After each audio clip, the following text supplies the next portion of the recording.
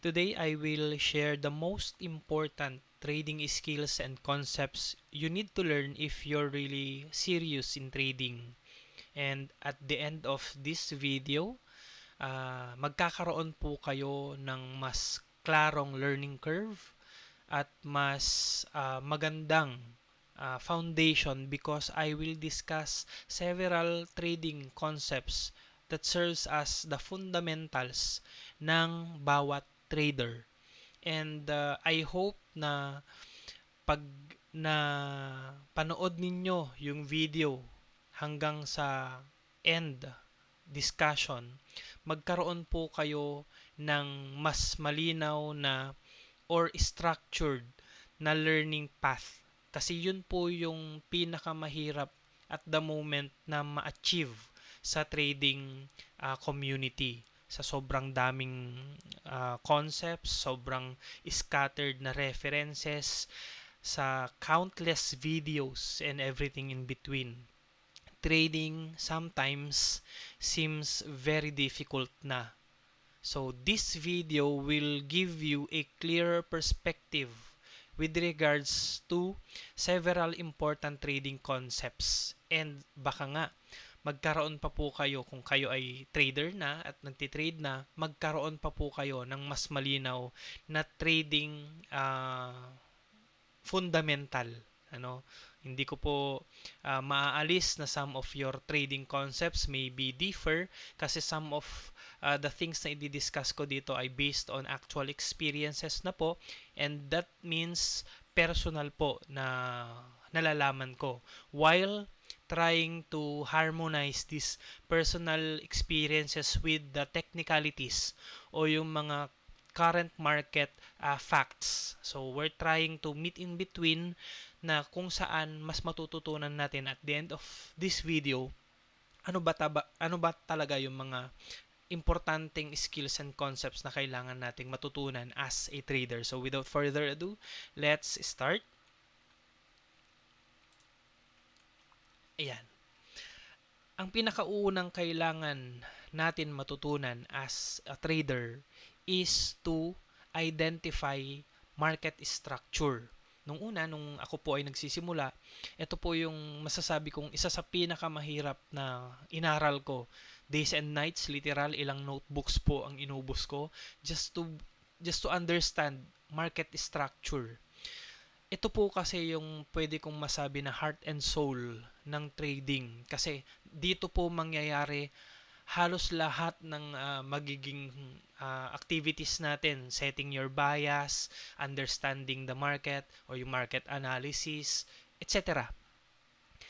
So, ang kailangan nyo pong matutunan sa ngayon ay yung market structure. Ang tanong po, aling mga konsepto yung pinaka-importante na matutunan natin sa pag-aaral natin ng market structure? Ito po yon. Kailangan yung matutunan po yung konsepto ng trend, yung concept ng pace, yung concept ng break of structure or BOS, at saka yung concept ng change of character.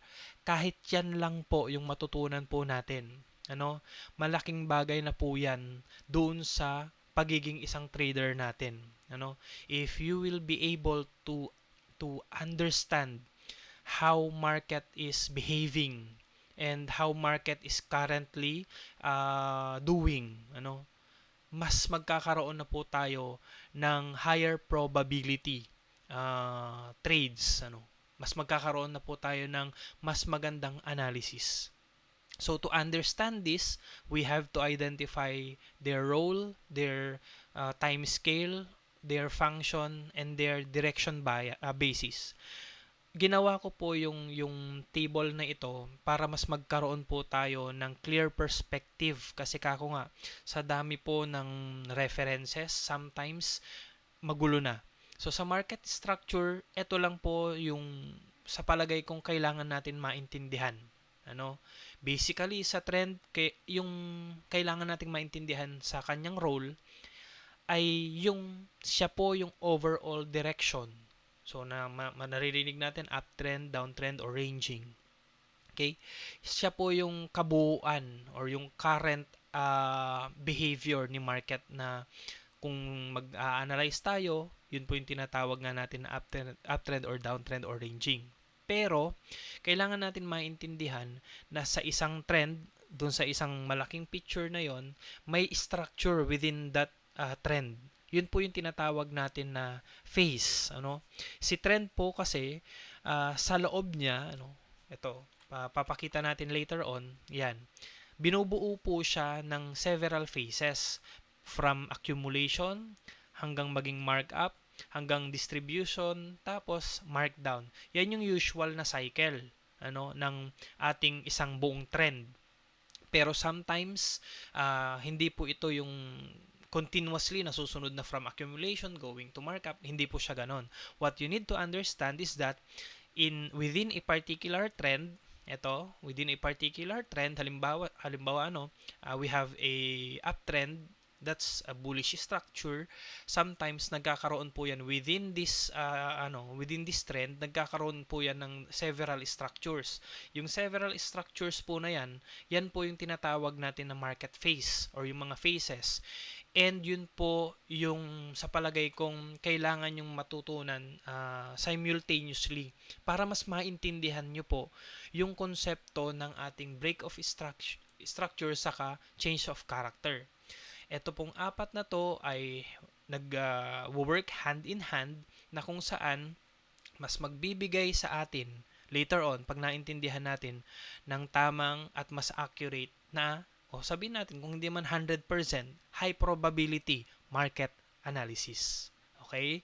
So, andyan na po yung mga characteristics nila and kung gusto nyo pa pong matutunan ito, meron po tayong mga discussion sa TMFT community. Feel free to browse o kaya naman become a member of the TMFT community. Andun po lahat ng mga kailangan yung concepts. And syempre, if you really want to learn in a formal way, yung tamang structure, yung tamang mga context from beginner to advanced regarding market structure, feel free to enroll dun sa ating mga trading courses. So we have the TMFT Academy for this. Pero technically or generally for this video, isa sa pinaka-importanteng matutunan po natin na skill or na syempre context na rin is about the market structure. If you now have a clear perspective about market structure, naiintindihan nyo na somehow, the next thing you need to understand is how break of structure and change of character technically works in a particular market structure.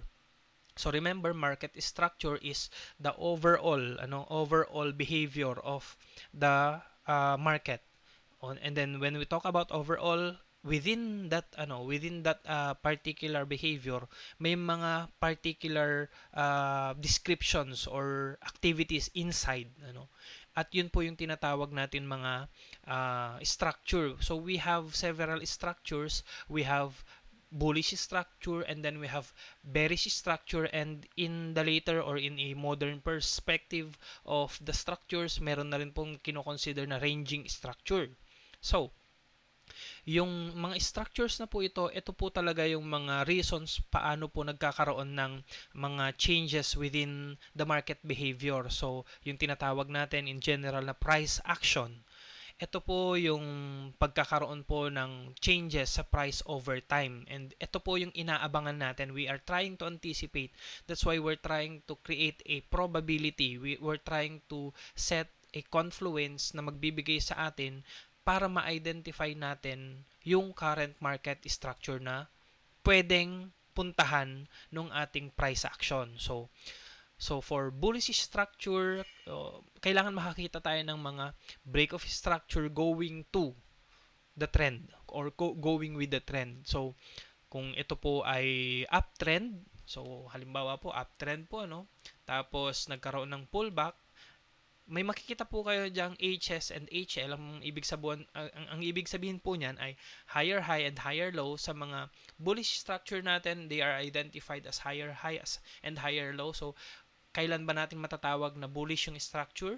Kapag yung structure po natin or yung mga candles po natin are forming this kind of, napapansin nyo, sana nakikita nyo, kind of structure, parang step up ano, yung mga stairs up kako sana. Stepping up, so nagkakaroon po ng higher high. Ito po yung mga swing na tinatawag din natin, no?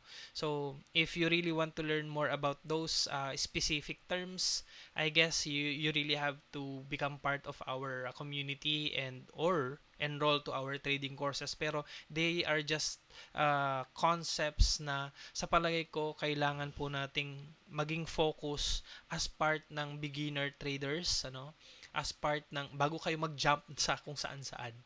Yun kasi yung mahirap sa atin, ano, sa learning curve natin. Pumupunta na tayo sa mga concepts na hindi pa naman natin naiintindihan, then later on nagkakaroon na ng mga scattered learning, and then unfortunately nagbibigay na sa atin ng mga wrong decisions. So unfortunately nangyayari yan, pero kako nga kailangan po muna nating maintindihan yung concept ng market structure. Okay? So, syempre, ganun din po yung market phases, andyan na yan. Ang susunod po ninyong kailangang maintindihan, isa sa pinaka-importanteng kailangan po ninyong maintindihan ay yung mga candlesticks. We're not talking about candlesticks pattern for now. We're talking about that particular context, yung mismong candlesticks. And sometimes na naguguluhan tayo sa mga candlesticks kasi sinusubukan nating i-define yung candlesticks as a market structure. Halimbawa, nakakita tayo ng bullish candle. Sabi na natin bullish structure, which is somehow invalid. Maaari po na set of bullish candles, and siyempre makikita natin sa structure pataas siya generally over time. So yes, we can verify that as part of the bullish structure. Pero by mere looking at a candle, we should not define the structure itself. No? So now, context tayo. Candlesticks are very important para malaman kung ano po ba yung mga current behavior ng price action natin, or syempre yung gusto nating malaman, yung high probability price action after ng mga structures po natin. For example, yung atin pong current structure ay uptrend, no? So, nakakita po tayo bigla ng isang syempre green candle. So, nakakita tayo ng isang red candle. Sabi ba kailan ba natin masasabi na ito ay reversal na? Ibig sabihin from uptrend pupunta na sa downtrend. So, pag nakakita po ba tayo ng isang red candle, ang tanong po doon, what particular candle? And what particular prices will be, or yung zones will be there. Ito po ba ay support or resistance level? And this is very important. Hindi nyo po kailangang i-memorize lahat ng candle patterns or lahat ng candles. Kailangan nyo lang maintindihan yung konsepto nila. Like, kailangan nyo maintindihan or ma-identify kung impulse candle po ba siya. Ibig sabihin yung may contention. Ibig sabihin may purpose. Kung rejection candle po ba siya, yung purpose ng mga buyers, halimbawa, gusto nilang mag-buy pero hindi tinanggap ng mga sellers, nagkaroon ng rejection. So, anong ina-expect natin? Siyempre, magkakaroon ng okay, so kayo na pong magbigay ng definition doon. And, siyempre, sometimes, nagkakaroon ng tug of war. Nakikita natin yon using these candlesticks. So, we're trying to define the price action and then the upcoming behavior of this particular price action based on these candlesticks. Hindi nyo po kailangang i-identify yung bawat candlesticks. Kailangan nyo lang pumalaman yung particular candlesticks na nagfo-form in a particular zone. Ano po yung zone na yon? Kapag natutunan nyo po yung structure na binabanggit ko. So, pag nalaman nyo na yung mga lower lows, lower highs, higher lows, kasi yun yung mga part na kailangan mo na pong i-implement yung konsepto at context ng candlesticks. And again, marami pa po yan. May mga specific explanations pa po tayo. Pero sa video na to, syempre with respect na rin po sa mga naka-enroll sa ating mga trading courses, yun po yung pwede lang po nating mabanggit na concepts and about candlesticks. Okay?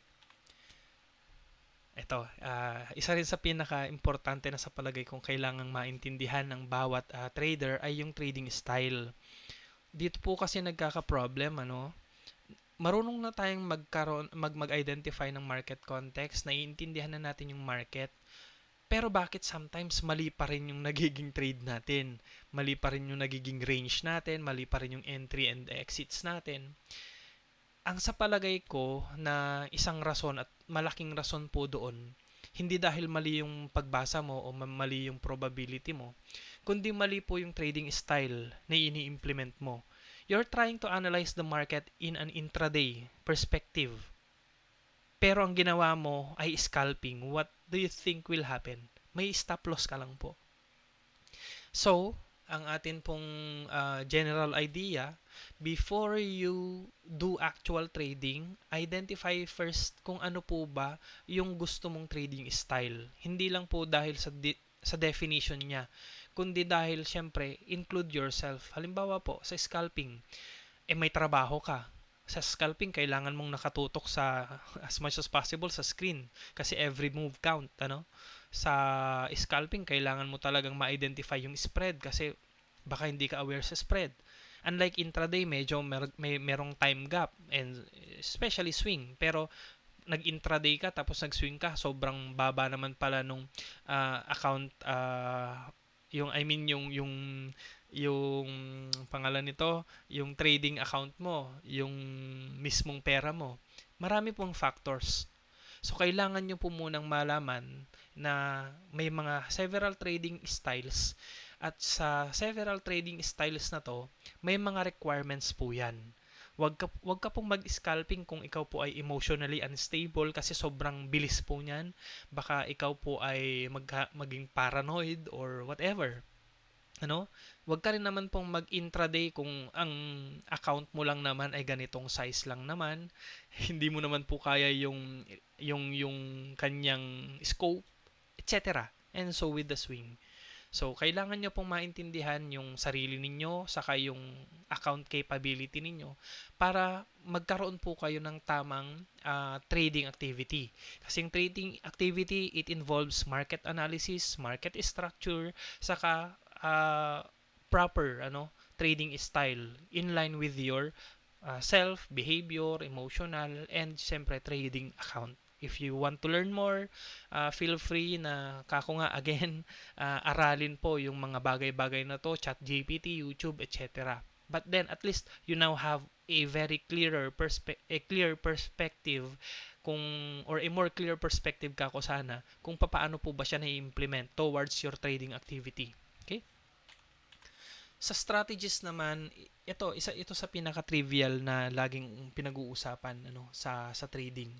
Bakit ko binanggit na trivial? Kasi ang dami-daming terms and ang dami-daming title ng mga strategies na naririnig And it's not wrong, it's not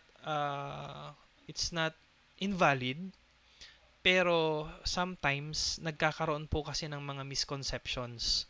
And unfortunately para sa mga nagsisimulang mag-trade, naguguluhan na po sila. Nagkakaroon na po ng complications sa learning curve nila dahil yung strategies po, yung pag-aaral nila ng strategy ay based sa context lang ng iisang system, no?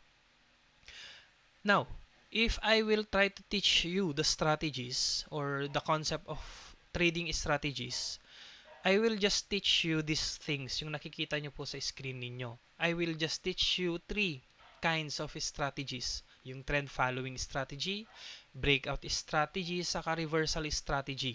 Yun lang po. Kasi yan lang naman po yung ating market structure. Wala na pong iba. Ang tanong lang po kasi, ano po ba yung style na gagawin ninyo? Kako nga.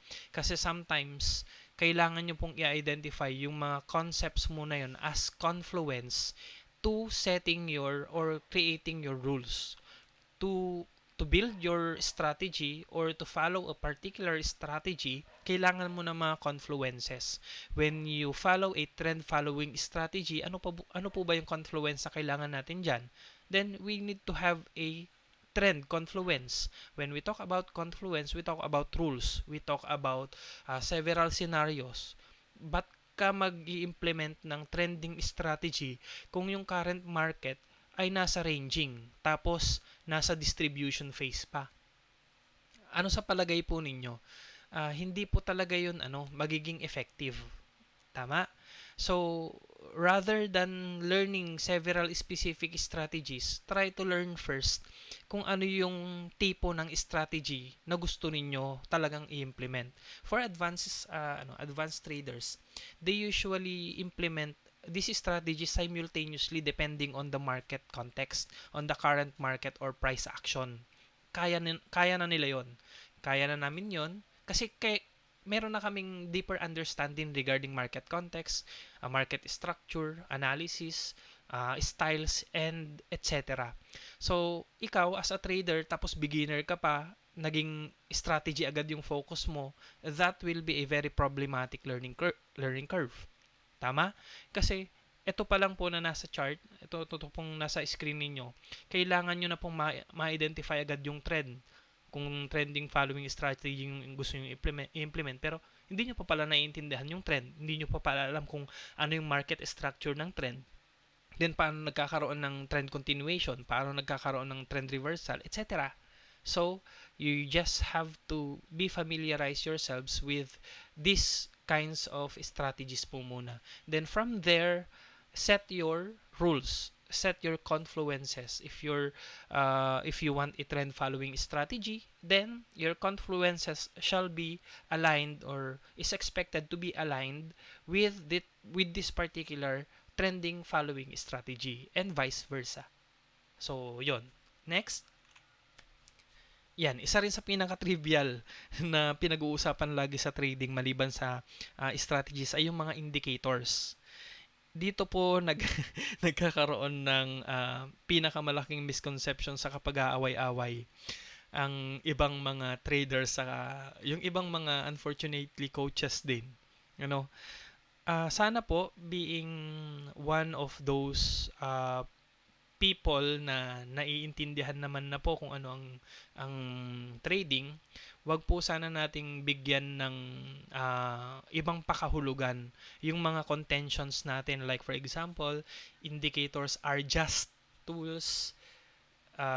Kumbaga parang ibinababa natin. We should say na indicators are assistants and equally important with the skill set na meron tayo. Wag po nating ibaba yung paggamit ng indicator at wag rin po natin i-limit yung idea sa paggamit ng indicator. Why?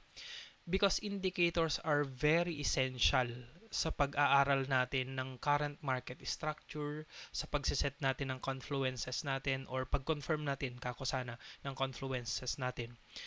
Sometimes nagiging mali lang po yung pag-implement natin at paggamit natin ng indicators. So, yun po yung kailangan natin ma-identify. Kailan ba tama at kailan ba mali yung paggamit ng indicators. So, in the context of mali ang paggamit ng indicators, hindi po yung mismong paggamit, yung mismong ginagamit actually. For example, bigyan na lang natin ng example. You're implementing a trending strategy. So, binanggit na natin kanina, trending kind of strategy. Tapos, ang sole indicator mo ay oscillator. Sa palagay mo, yun po yung magiging effective na indicator para sa strategy mo. Maaaring confluence siya. Pero the sole indicator should be a moving average. Kasi the moving average, the very purpose of a moving average is to identify the trend. If you want to trade with the trend, then use a moving average. Halimbawa, uptrend. Anong gagawin mo? Then, just focus on buy. Downtrend, tapos ang focus mo is buy. Hindi na po dapat trending yon. Dapat nasa reversal strategy ka na. So, trending ka, tapos magbabay, mag-aabang ka muna ng dip. Then, di ba? I just don't want to discuss several things na maaaring mag-complicate dito sa discussion, pero what I'm saying is that using indicators properly will help you have a more higher probability, set a more higher probability trades, create a more yun na yun eh. High probability trades kasi yung gusto nating mangyari talaga at ma-reach. So, to give you a clarification and a clearer context regarding indicators, meron ulit po tayong chart sa screen natin na nakikita. Ano po yung idea nito? Ang idea po ng indicator na kailangan natin matutunan ay unang-una, dapat maintindihan natin kung ano po ba yung purpose nito. So, ano po ba yung purpose ng bawat indicator? Minsan kasi, yung purpose natin ay hindi tama dun sa indicator na ginagamit natin. For example, momentum. Gusto natin mag-identify ng momentum. Tapos gumamit ka ng Fibonacci. It's not proper. Ano? So, use one oscillator indicator. Ito pa, nagkakaproblema pa tayo. Bakit? Ang dami nating indicators, pero iisa lang naman yung purpose niya. Doon po nagkakaroon ng complication. Hindi naman yun mali. Maaaring confirmation nyo lang. Pero sometimes, you don't need several indicators. Itama natin yung term na hindi mo kailangan ng maraming indicators. Itama natin yung term na yon. Ang tamang term po, hindi mo po kailangan ng maraming indicators na iisa yung purpose. Ang kailangan mo po ay several indicators na magbibigay sa atin ng several purpose at mag-identify din particularly nung gamit niya. For example, gumamit ka ng RSI, tapos gumamit ka pa ng MACD, tapos gumamit ka pa ng stochastics. Ito, pare-parehas lang po silang oscillator. Pare-parehas lang po silang momentum indicator. Paano mo po siya mabibigyan ng contention? Paano po tayo magse-set ng high probability trades kung ang alam naman, 'di ba? Kapag kailangan natin ng high probability trades, kailangan natin ng mga several confluences na affirmation. So, kailangan natin ng iba't ibang mga indicators na nagsisignify ng iisang context, ano? So, dapat kung trending strategy ka, yung RSI mo, yung momentum mo is nasa taas. Yung moving average mo, dapat trending yan. Nasa taas din po yung candles natin ng ng moving average line kung EMA 200 yung gamit natin. Tapos ang tanong kung saan po ba yung mga breaking points, asan yung support and resistance level, gamit po tayo ng pivot kasi po ito po yung mga key zones na nagigets nyo, rather than using EMA 200, EMA 500, EMA 50, whatever, na nasa iisang klase lang din naman na indicator. Ang dami yung indicator, napaka-advanced na indicator, pero iisa naman yung purpose. Walang mali doon kung confirmation yung gusto nyong mangyari. You're trying to give contentions. So, hindi ka satisfied sa RSI, gumamit ka pa ng stochastics, that's okay. Pero kung yun lang yung pinagre-relyan mo, na akala mo yun po yung signal ninyo, I think that's somehow complicated. And that's somehow low probability. Yun na lang po. So, the fact na naintindihan nyo ngayon ng indicators po ay ginagamit talaga natin as a tool, malaking bagay na po yung maintindihan nyo na ginagamit siya, paano siya gamitin properly. Okay? So, hindi po mali yung paggamit ng several indicators. Hindi rin po masama yon. Tama po natin yon. Try mo kaya, okay, skill set, mas importante. Minsan nile-level natin. Mas importante daw yung skill kaysa sa indicator. Try to compute manually yung RSI. If you're a math person, then you know that this is statistics. This is a probability indicator. Ano po ibig sabihin niyan? Formula. Mag mag mag-compute ka po manually kasi skillful ka naman. Pero ang tanong, why do that if you have the indicators? Kaya hindi rin po mali yan. At hindi rin po natin nile-level na, hindi ko rin sinasabi na mas importante yung indicator kaysa skill natin. What we're trying to say is try to implement them, use them harmoniously. Ano? You implement them with the perspective na you're just trying to have a higher probability contention. Yun po. Kasi sometimes, away po ito eh. Yung paggamit ng indicators na marami without giving the context. Without trying to explain why is it wrong, why is it correct. So, yun po yung gusto nating ipaliwanag dito. This is improper if you're just trying to implement a indicator with a wrong strategy. So, nabanggit ko naman na kanina, nakita nyo na yung mga strategy. If not, go back to the video. Okay? So, and this is somehow complicated if you're trying to use one particular or one kind. Oscillator lang, moving average lang, pivot lang. Okay, so from this point, magiging malinaw na sa inyo yung paggamit ng indicator at ano nga ba talaga yung indicator na kailangan nyo lang sa chart po ninyo. And andyan na rin yung best, yung mga popular for oscillator, RSI, okay na yan. Actually, yan lang ginagamit ko for oscillator. Moving average, EMA 200, confirm na yan. That's already a confirmation trend. Malaking bagay na po yan. Sa pivot, o saan ba't ako nag-i-stop loss, nagkakaroon ng support and resistance, take profit area, blah blah blah. Andyan po si Fibonacci. Nag-identify yan ng high, low, yung structure. Okay? So, I hope magamit nyo po siya. Next. Next is yung trade and risk management. As a trader, one of the most important skills po na kailangan nating matutunan ay yung pagmamanage ng trade saka syempre yung pagmamanage ng risk. So, to understand or to manage those things, kailangan nyo munang matutunan yung lot, yung spread, yung pips, yung entry, yung take profit, stop loss, and their context inside the chart. So, sa pagtitrade, sa trading activity ninyo. Why? Kasi they are very specific already and they will cost you your account. Yang lot, yang spread, yang pips. Yan na yung mga bagay-bagay na tumutukoy sa pera. Sa pera mo.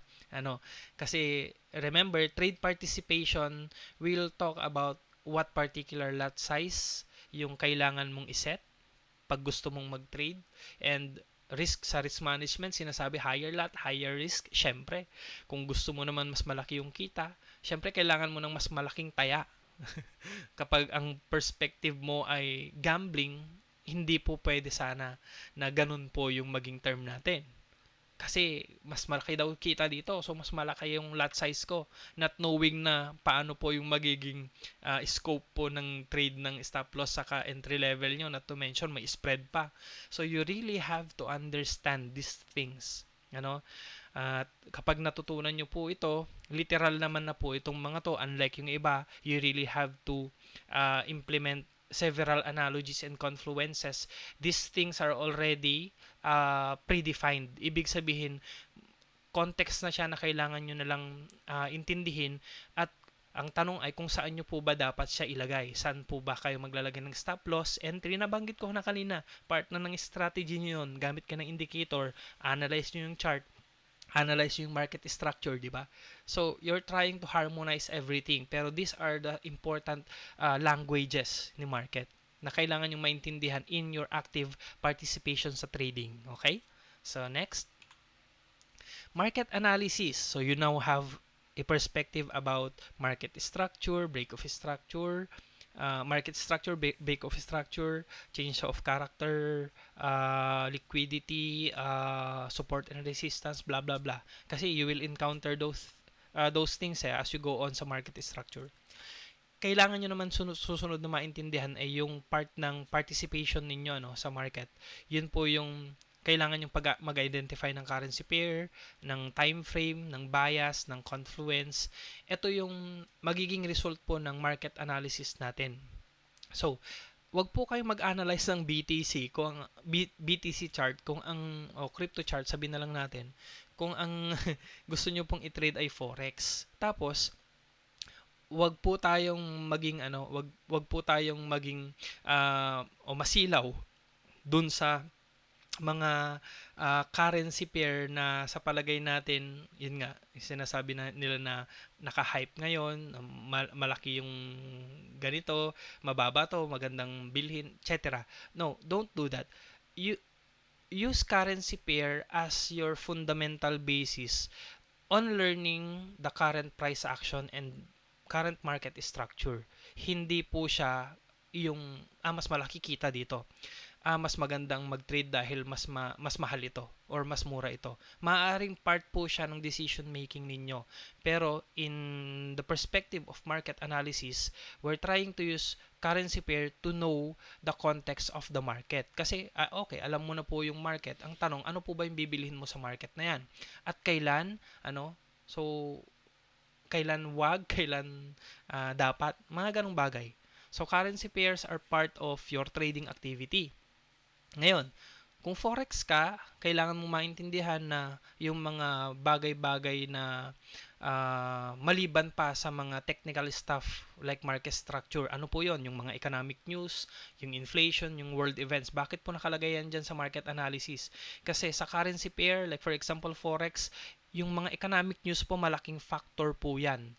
Maliban sa tama yung market structure mo, tapos may malaking paparating na news event, sa palagay mo, magiging solid ba yung structure na yon kapag may mga economic news?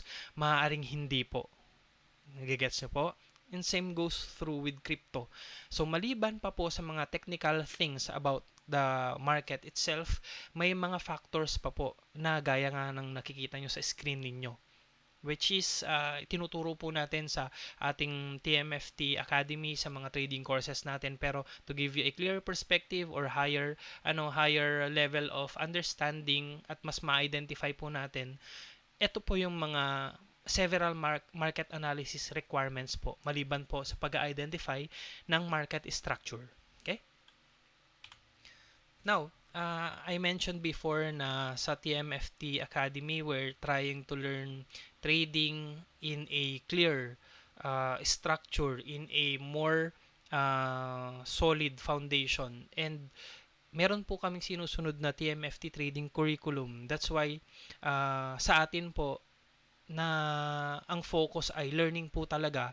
Very important po na we have a very good pedagogy of learning. And I am speaking as a coach, hindi po dahil nanood lang po ako sa YouTube. I am speaking as a teacher. I am a licensed teacher. I am a bachelor holder of social science po. Major in social science, ano. Ang focus ko po ay economics, ang focus ko po ay politics. So, maliban po dun sa mga context na pinapanood po natin at binabasa natin, meron din po tayong deep understanding regarding teaching and learning. It's very important for a coach na marunong po sa pedagogy. Ang ibig sabihin po nun, yung transfer of learning from concept to the understanding part ng mga learners. Kasi nga po, sometimes maraming matatalinong coaches pero hindi po sila marunong mag-transfer ng learning. Marami rin naman pong bobong hindi naman bobo, kundi mga nag nag nag ano trinitreat ang sarili nila as a coach, pero hindi po talaga nila maipaliwanag yung mga bagay-bagay. Hindi ko rin naman po sinasabi na kapag naipaliwanag mo yung isang bagay, pwede ka nang maging coach or whatever will be. What I'm trying to say is that in TMFT Academy, we're grounded in educational and pedagogical concepts that's focus on a more technical structure ng learning. Yun yung tinatawag nating curriculum. And that curriculum is structured gaya po ng nakikita ninyo. So we have a particular guide na kung saan yun po yung itinuturo natin based on the students learning level. Pag sinasabi po natin students learning level, we're talking about yung kanilang attainment, yung beginner ka pa lang ba, intermediate ka na ba, or advanced ka na ba. Kasi you cannot teach advanced concepts sa beginner traders. Yun, doon po nagkakaroon ng problema, doon po nagkakaroon ng complication at pagkakamali. Naguguluhan na po sila dahil nga po nasa advanced discussion na po kayo without even understanding beginner concepts of fundamentals. And sa video na ito, as promise po na at the end of the video magkakaroon kayo ng clear learning path, learning curve. Ito na po yung mga purpose po or ito na po yung mga bagay-bagay na magbibigay po sa inyo nung mga yon. So as promised, ito na po siya. Hindi ko na lang po siya i-discuss again with respect sa mga students po namin sa TMFT, pero pwede ko pong ibigay ito sa inyo as your basis kasi napakahirap pong mag-trade at mag-aral ng trading na scattered, na sa sobrang daming resources, sa sobrang daming videos, etc. Hindi nyo na po alam kung ano po yung susundin. So, I hope na makatulong po sa inyo ito. Then, sa mga topics naman, for beginners, ito po. Pwede nyo pong i-screenshot yan or balikan later yung video or i-share sa mga gustong matuto talaga. And hindi lang po ito limited dito, pero ito po yung mga pinaka-importante na kailangan nyong matutunan step by step as you go on para mas maintindihan nyo po at mas magkaroon kayo ng malinaw context And syempre, with the goal na magkaroon kayo ng very usable skill sets saka concept or yung mga knowledge. Siyempre, andyan na rin po yung skills attainment or yung evidences. Kailan po ba nasasabi na beginner ka? Kailan nyo po masasabi na nasa intermediate na, pwede nang mag-jump to or going to advanced, etc. So, you can now set up and navigate a trading platform independently. Pero, halimbawa, nag-aaral ka na ng lower low, lower high, o kaya naman mga strategies, tapos hindi mo pa naman pala alam yung mga ganong bagay. So, it's conflicting. It's a very problematic learning curve. Kaya sana po magkaroon po kayo ng maayos na structure. Kasi po, sa trading marami po yung nasasirang buhay. Maganda po at profitable po ang trading, pero dahil po sa maling pag-aaral, sometimes nagre-result po ito ng frustration. Nonetheless, at least magkaroon man lang po sila ng idea. Ang problem, yun nga, nagkakaroon po ng scattered learning. And ending, nagiging problematic po yung mga trading activities. Sinisisi nila yung sarili nila. And unfortunately, yung iba, hindi po kasi talaga, wala po talagang proper learning goal. So, hindi specific yung mga steps, yung mga guide, magulo. And kahit wag po kayong mag-aral sa amin, wag po kayong mag-enroll sa amin, or wag kayong maging member namin. Ang kailangan nyo lang pong maintindihan is trading is very profitable kung may malaking kung tama po yung learning curve ninyo, kasi magiging tama yung skill set ninyo magiging tama yung foundations and context po ninyo. Ano po bang kailangan natin? Mag-aral po with the correct learning curve, with the correct curriculum and structure. And kayo po, kung ano po yung trading style, yung learning style po ninyo, yun po yung hindi naiintindihan ng ibang mga coaches. Hindi po nila naiintindihan na may mga learners po na more on chart, may mga learners po na more on discussion, may mga learners na mas naiintindihan nila pag drawing, may mga learners na mas naiintindihan nila pag naririnig. Differentiated activities po yung kailangan ninyo per learner. So, hindi po kasi pwede na one teaching style fits all. Kailangan po ninyong maintindihan as coaches na it's very important maintindihan nyo po yung mga students po ninyo. So, wag po ninyong iskamin yung mga gusto lang po talagang kumita at umangat sa buhay. Wag nyo pong paniwalain sa mga bagay-bagay na hindi po dapat banggitin na without these things. I hope na bawat coach po ay merong concern sa kanilang mga students, kasi without that, kung kita lang po, alam nyo, mag-trade na lang tayo, marunong naman na po kayo sa trading, mag-trade na lang kayo, wag na po kayong magturo, wag na rin po kayong mang-scam ng tao. Hindi po tayo nagtuturo para kumita pa. We're trying to teach people, we're trying to teach traders na kahit papaano genuinely makatulong sa kanila, umangat din sila, magkaroon din po sila ng maayos na kita, and kung ano man po yung mga pwede nating maibigay na makatulong sa kanila bilang isang tao. Kasi sometimes dun po nagkakaiba yung mga perspective, yung mga goals natin as a coaches. So again, pagtulong-tulungan natin yan. Wala naman pong malulugi kung ikaw po ay kumita at siya ay kumita, hindi ka pa naman po mawawalan. So really help people to learn trading in a more helpful way. Okay, anyway, so yun po. So that's how we try to educate our students, our members sa the modern forex trading. And we are always open sa TMFT community to those traders na gusto talagang matuto. And kung ikaw ay self-learning or self-study style, go back to the presentations, try mo lang pong panoorin ulit, screenshot mo yung mga context o yung mga lessons, yung mga topics.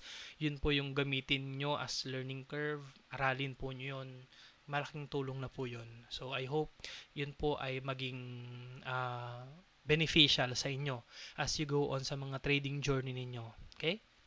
So I am Carl Michel Ikalukag, and this is TMFT.